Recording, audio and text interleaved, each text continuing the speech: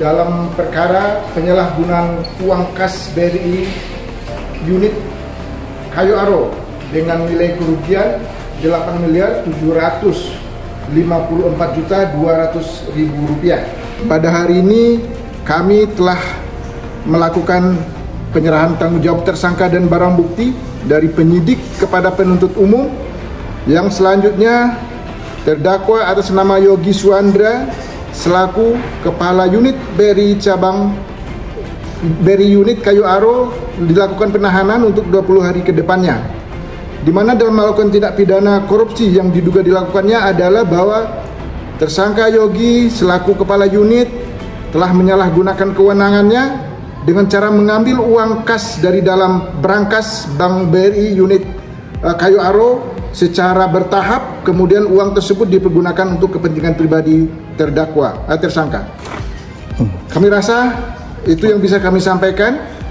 Ada pertanyaan mungkin? Dengan Anda barang buktinya apa saja, Pak? Barang bukti, alhamdulillah untuk penyelamatan keuangan negara kami telah melakukan penyitaan terhadap rumah milik tersangka, yaitu 1 unit rumah beserta sertifikat hak milik yang ditaksir senilai lebih kurang 2.500.000.000 rupiah. Begitupun kami juga melakukan penyitaan terhadap uang senilai lebih kurang 199 juta rupiah.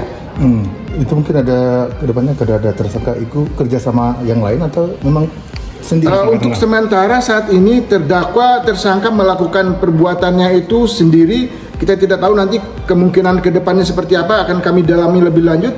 Jika memungkinkan ada alat bukti baru yang mendukung untuk mengungkapkan atau mengembangkan perkara ini, tidak menutup kemungkinan akan kami tindak lebih lanjut.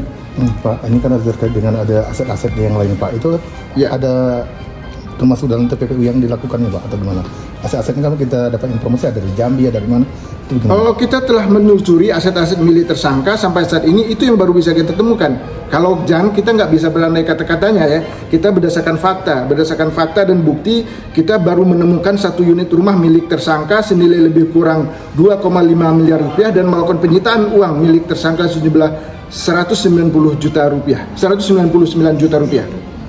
Mungkin Pak, uang itu mengalir ke siapa saja, Pak? Ya, dia menerangkan bahwa uang itu mengalir ke beberapa pihak, dan beberapa pihak itu juga telah kami lakukan pemeriksaan, dan di dalam pemberian keterangan oleh saksi-saksi tersebut menyatakan bahwa adanya pembayaran hutang piutang antara tersangka dengan pihak-pihak yang menerima aliran dana tersebut, sehingga apakah itu nanti ada dugaan lain atau perbuatan menyembunyikan harta-harta ini, tidak menutup kemungkinan pasti akan kami tindak lanjuti dan kami dalami. Namun sampai saat ini kami hanya bisa menemukan fakta tersebut bahwa uang-uang tersebut dialirkan kepada beberapa orang yang melakukan perjanjian pinjam-meminjam dengan tersangka. Seperti itu mungkin. Kabarnya ada yang diperuntukkan untuk judi online kabarnya. Apa ya benar? Kita nggak bisa berkabar, diberi kabar-kabar angin seperti itu ya. Kita di sini bicara fakta ya, fakta hasil penyidikan yang kami lakukan. Dia nggak mengungkapkan kalau itu untuk judi online gitu. Sampai saatnya berapa orang saksi yang dipanggil, Pak, sampai ini?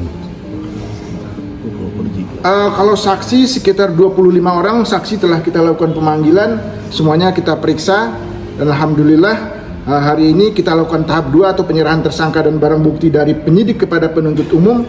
Tidak menutup kemungkinan, mudah-mudahan mohon doanya supaya dalam waktu dekat perkara ini bisa kita limpahkan ke pengadilan untuk dilakukan persidangan gitu. Ini tahap 2 kan kita melakukan penahanan 20 hari ke depan, Pak. Ya. Itu tujuannya sasarannya untuk apa, Pak? Agar mereka tidak keluar daerah kah atau gimana? Kalau penahanan sebagaimana kewenangan yang diberikan oleh undang-undang kepada penuntut umum untuk melakukan penahanan 20 hari ke depan dalam hal menyusun dakwaan untuk dalam rangka persiapan melimpahkan perkara ini ke pengadilan. Seperti itu mungkin.